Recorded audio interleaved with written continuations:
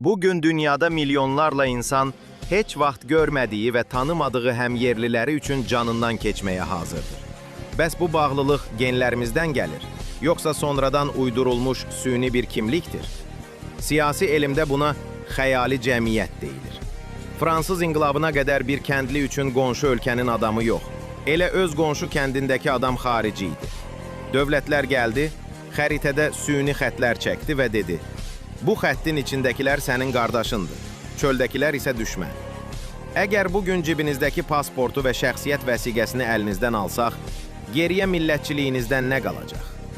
Qədim dövrdə insanları qan bağı və qəbilə birləşdirirdi. Müasir dünyada isə millət anlayışı sadəcə hüquqi bir kağız parçasıdır.